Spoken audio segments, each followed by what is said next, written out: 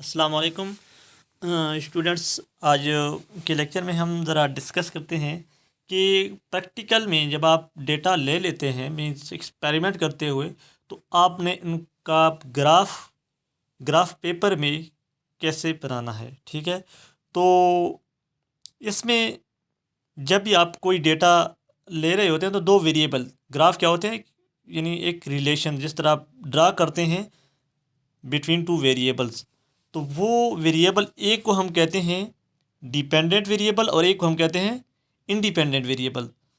तो पहला जो हमारा पॉइंट है कि जब आपने डेटा ले लिया है तो आपने ये सोचना है कि इसमें डिपेंडेंट कौन सा है, इंडिपेंडेंट कौन सा है। ये हर एक्सपेरिमेंट टू एक्सपेरिमेंट वेरी करता है। ये ज़रूरी नहीं है कि अगर आपने फॉर एग्जांपल एक दफ़ा कह दिया कि एक वेरिएबल एक एक्सपेरिमेंट में डिपेंडेंट हुआ तो दूसरे में भी डिपेंडेंट है, नहीं, ये चेंज होता है। ठीक है, इसमें आप देखेंगे कि कौन सी चीज़ चेंज हम कर रहे हैं और दूसरी उससे चेंज होती है। ठीक है, तो ये फिक्स नहीं होता कि एक वेरिएबल एक दफ़े के लिए डिपेंडेंट और हमेशा के लिए वो डिपेंडेंट, ऐसी बात नहीं होगी। तो आपने क्या करना है, डिपेंडेंट और इंडिपेंडेंट का सोचना है कि हर एक्सपेरिमेंट के लिए जब आपने ये कर लिया कि डिपेंडेंट कौन सा है और इंडिपेंडेंट कौन सा है, ये आपने डिसाइड कर लिया। इसके बाद पॉइंट आता है कि take independent variables on X axis and dependent on Y axis, के जो इंडिपेंडेंट वेरिएबल है उसको आपने एक्स और दूसरे को आपने Y, and also write proper unit with multiple and sub multiple for graphs. ठीक है, तो वो हम डिस्कस करते हैं कि आपने इसके प्रॉपर यूनिट्स में लिखना है ताकि आपको जो राइटिंग की जो परेशानी है वो आपको फेस ना करनी पड़े। इसको भी हम देखते हैं। तो इसके बाद जनाब ये मैंने एक अजम्पशन, वैसे मुख्तलिफ रफ डेटा लिया है ताकि आपको मैं समझाऊँ। Analyse the data and convert into prefix and suffix if too small or large. हाँ जी, अगर आपके पास देखें एक साइड पे मैंने वोल्टेज दिया है जिसमें 2, 4, 6, 8, 10, 15, जिसको आप बड़ी आसानी से अपने ग्राफ पेपर पे जो होते हैं बॉक्स बने होते हैं उसके आप लेबल कर सकते हैं कि ये 2 है, ये 4 है, ये 6 है, ये 8 है। लेकिन ये जो राइट साइड पे 0.2, 0.5, 0.8, अब इसमें क्योंकि बॉक्स बने होते हैं वो एक उसके साथ बने होते हैं, मीन्स आर्डर के साथ बने होते हैं, मीन्स यहाँ पे इस तरीके से, और इस तरीके से बिग बॉक्स भी होते हैं साथ। तो यहाँ अगर इसको आप 0.02 कह दें, क्योंकि हर दूसरा बॉक्स कितना इतना ही जितना यहाँ से ओरिजिन से ये दूर है 0.02, तो नेक्स्ट जो बॉक्स होगा वो 0.04 पे होगा, ना कि 0.05 पे होगा। ठीक है, तो इस केस में फिर आप क्या करते हैं, इसकी प्रॉपर कन्वर्जन करते हैं एक प्रीफिक्स और सफिक्स में। वो कैसे आप करते हैं कि आपके पास इस तरीके से है कि जैसे 0.02 इसको आप लिख सकते हैं 2 क्रॉस यानी 20 क्रॉस 10 पावर माइनस अगर 3 लिख लें। ठीक है, तो फिर क्या हो जाएगा, ये 10 पावर माइनस 3 क्या है, ये मिली है। अब 20, हाँ अगर आपने एक बॉक्स स्मॉल बॉक्स को फॉर एग्जांपल ये कह दिया कि ये 10 है, तो जो नेक्स्ट होगा वो सारी बात है 20 हो जाएगा, तो जो नेक्स्ट होगा वो 30 हो जाएगा, इस तरीके से नेक्स्ट 40 एंड 50। अब आपने फिर ये देखना कि ये हम 10 कहें या 5 कहें, ये आपकी रेंज ऑफ डेटा पे डिपेंड करता है कि ऐसा ना हो कि आपका एक साइड का जो डेटा है वो ग्राफ से बाहर चला जाए और दूसरी साइड का डेटा आपका यहाँ पे पड़ा हो, तो ग्राफ बड़ा अजीब सा बनेगा। तो इसमें आपने ये खुद सोचना है कि जो आपकी रेंज ऑफ जो डेटा है वो कहाँ तक है। मीन्स अगर आप देखें यहाँ 2 तक है तो आप एट लीस्ट ये कहें कि ये अगर आपने 20 है, इस तरीके से ये 50 है, ये 80 है, ये आपके पास इस तरीके से ये एक रेंज आएगी आपके पास कि कहाँ से। तो आपने अपने जो आपके पास जो ग्राफ पेपर है उसकी साइज़ के मुताबिक, अगर मैं बिग बॉक्स को फॉर एग्ज़ाम्पल मैं कह देता हूँ ये जो 20 है इसको मैं बिग बॉक्स को कहता हूँ, तो नेक्स्ट जो है मेरे पास 40, क्या ये जो मेरे पास यहाँ तक 200 या जितना तक है, क्या ये बिग बॉक्स इसके अकॉर्डिंग पूरी आएंगी या नहीं आएंगी। ऐसा ना हो कि आपके पास जगह ही ना हो और आपने इसकी इतनी स्केल यानी गलत की हो। तो फिर नेक्स्ट होता है जो स्मॉल बॉक्स होते हैं, यानी यहाँ पे स्मॉल बॉक्स 10 बॉक्स, यानी एक बिग बॉक्स फर्दर 10 बॉक्स में डिवाइड होता है। वो 10 बॉक्स में फिर आपने क्या करना है, ज़ाहिर बात है ये अगर 20 है तो इसको 10 पे डिवाइड करेंगे, जो स्मॉल बॉक्स होगा वो इस 20/10 तो इस तरीके से आप यहाँ पे फिर उसको लेबल भी कर सकते हैं कि ये इसकी इक्वल है, ये इसकी इक्वल है। लेकिन यूजली जो बिगर बॉक्स होते हैं वो वर्क करते हैं। इस तरीके से जो वाई एक्सेस है उसमें भी आपने जो बिग बॉक्स है इस तरीके से यहाँ पे कि बिग बॉक्स इसकी इक्वल है, ठीक है। और इसके साथ भी इस तरीके से छोटे छोटे बॉक्स, ये देखें वाई एक्सेस के अलॉन्ग भी छोटे छोटे बॉक्स हैं। तो यहाँ पे भी आप इस तरीके से लेबलिंग कर सकते हैं। इसमें ये सिंपलेस्ट डेटा है, आप सिंपलेस्ट फॉर्म में लिखेंगे तो आपको बॉक्स पे पॉइंट लगाना बहुत ईजी हो जाएगा। अगर आप फ्रैक्शन जैसे हैं तो अब ये फ्रैक्शन को मज़ीद यानी आप डिवाइड नहीं कर सकते कि आप इसको अपनी मर्ज़ी से डिवाइड करें, तो ये डिवीज़न के मुताबिक आपने डेटा को कन्वर्ट करना है। जैसे मैंने 0.02 को 20 लिखा है, या इसको मैं लिख सकता हूँ 2 क्रॉस 10⁻⁻2, ये जो मल्टीपल आ रहे हैं, ठीक है, इसको फिर आप किसी प्रीफिक्स या सफिक्स में लिख सकते हैं। या अगर आप लिखें 10⁻3 तो 10⁻3 किलो की इक्वल है, या 10⁻2 लिखें तो सारे डेटा के साथ यहाँ पे -2 लिखने की ज़रूरत नहीं है, सिर्फ एक डेटा के साथ यहाँ पे लिखें कि ये 10⁻2 के साथ मल्टीपल है, तो फिर आप बड़ी इजीली प्लाट कर सकते हैं।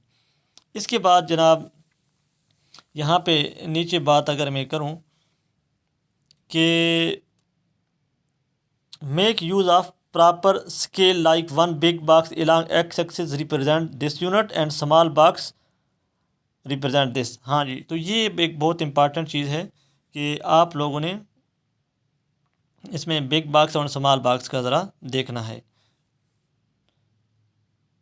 तो इसमें अगर ज़रा इसमें देख लूँ कि big box and small box, ठीक है, जब भी आप ग्राफ पेपर पे देखेंगे तो आपके पास इस तरीके से बॉक्स आपको नज़र आएंगे। ये ज़रा क्लियर आइडिया हो जी।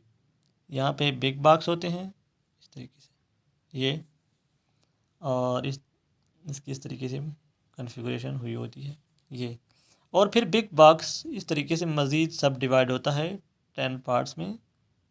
ये क्योंकि मैं मैनुअली तो ये नहीं कर सकता, ये 10 होते हैं, इस तरीके से भी 10 होते हैं और इधर से भी 10 होते हैं, ठीक है। यहाँ पे 1 2 3 यहाँ से 10 आपको जो है ना यहाँ से लेके यहाँ तक ये 10x के अलॉन्ग भी इधर भी 10 भी डिवाइड होता है और इधर भी 10 में डिवाइड होता है, ठीक है। तो ये ज़रा आप इसमें देख सकते हैं कि 10 में डिवाइड कैसे है, ठीक है। तो अब फिर जब 10 में डिवाइड है, मीन में एक बॉक्स की एग्जांपल ले लेता हूँ, ये जो 10 में है, तो आपने इसको क्या करना है, मज़ीद पॉइंट लगाने हैं। आपके पास जो डेटा आया है उस पर आपने पॉइंट लगाने हैं कि आपके पास कोई आपने कोई ओरिजिन सेट कर लिया कि जहाँ पे बिग बॉक्स एक्स के और वाई के इंटरसेक्ट है, तो ये आपके पास 0 हो गया। इस तरीके से आपने लिख लिया कि ये आपके पास फॉर एग्ज़ाम्पल करंट है जो कि किस में है, मिली एम्पियर में, और वोल्टेज, ठीक है, वोल्टेज आपके पास आप लिखेंगे कि वी या मिली वोल्टेज, इसमें भी आप लिख सकेंगे, ठीक है। तो फिर आपने डेटा को आपने देखा कि यहाँ पे मीन्स जैसे 2 वोल्ट है, तो 2 वोल्ट अलॉन्ग मैंने लिया है कि एट 2 वोल्ट, तो अगर मैं ये 1 बिग बॉक्स 1 की इक्वल है तो 2 वोल्ट यहाँ पे आएगा। 2 वोल्ट की कोरस्पॉन्ड करंट कितना है 20, अगर ये बिग बॉक्स फॉर एग्जांपल 20 की इक्वल है तो आपके पास जो 20 है वो कोई यहाँ पे आ रहा होगा, तो इसके कोरस्पॉन्ड ये पॉइंट्स आपके पास ग्राफ में बनेगा। इस तरीके से आप जितने एक्स के कोरस्पॉन्ड डेटा, वाई के कोरस्पॉन्ड डेटा, आप यहाँ पे इस तरीके से पॉइंट लगा लेंगे। फिर जब आपने पॉइंट्स लगा लिए यानी ये ग्राफ में, तो फिर आप बाद में जाके इनको इस तरीके से मिला भी सकते हैं, ठीक है। ये आपके पास एक प्रैक्टिकल लाइन आएगी जो आपके, अब जो एक्चुअल होनी चाहिए उसमें फिर आप देख सकते हैं कि ये क्या ठीक आ रहा है नहीं, तो उसको एक सॉलिड लाइन से ज्वाइन भी कर सकते हैं, यानी इस ग्राफ एक पैरेलल के लिए आप कर सकते हैं कि मैंने ठीक किया या गलत किया है। अच्छा जी, इसके बाद मैं अगर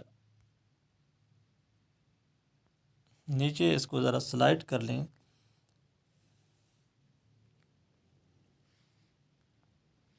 हाँ जी, अब ये ग्राफ यहाँ पे आपने जब स्केल बना लिया कि एक्स एक्सेस के लाएंगे, तो फिर नेक्स्ट काम आपका ये रह गया है कि आपने इन दोनों ग्राफ में जो जो टाइटल होते हैं, यानी जो एक्स के लांग वाई के लांग, उसको आपने कैसे लेबल करना है, ठीक है। मीन ये मैं ग्राफ एक लेता हूँ, ये ग्राफ के ऊपर यहाँ पे एक चार्ट टाइटल होता है, ठीक है, कि ये ग्राफ किस चीज़ का है, किस चीज़ की बिटवीन है, ठीक है। और एक होती है कैप्शन कि आपने यहाँ पे इसमें कि ये ग्राफ कौन सी क्वांटिटी की है, यहाँ के कौन से एक्सपेरिमेंट का है, या कौन से डेटा की बीट है। इसके बाद जब आपने ये लिख दिया तो साथ साथ आप ये भी केयर करेंगे कि ग्राफ में अक्सर स्टूडेंट्स यहाँ पे यूनिट्स में मिस्टेक करते हैं कि आपने क्वांटिटी लिखी और साथ यूनिट भी ब्रैकेट में लिखना होता है, यानी क्वांटिटी जिसको आप फिजिकल क्वांटिटी जो आप मेजर कर रहे हैं और साथ साथ यूनिट भी। इस तरीके से इधर भी आपके पास एक क्वांटिटी और साथ यूनिट भी, और साथ एरो साइन की मीन इस डायरेक्शन में ये इंक्रीज़ हो रहा है। इस तरीके से वाई एक्सिस की इलांग भी होगा। तो इसमें मुश्किल बात स्टूडेंट को ये आती है कि ये जो आप डेटा को कन्वर्ट करते हैं एक प्रॉपर यूनिट्स में, ये सबसे इशू है। इसको मैं एक दफ़ा दोबारा रिवाइज भी कर लूँ कि आपने अपने डेटा की रेंज के अकॉर्डिंग एक स्केल बनाना है कि जो बिग बॉक्स है इलांग एक्स एक्सिस, ठीक है, यानी जो बिग बॉक्स है इलांग एक्स एक्सिस ये कितने यूनिट को रिप्रेजेंट करता है। मीन अगर मेरे पास रेजिस्टेंस है तो ज़ाहिर बात है 1 ओम, इस तरीके से ये 2 ओम, ये 3 ओम, ये 4 ओम।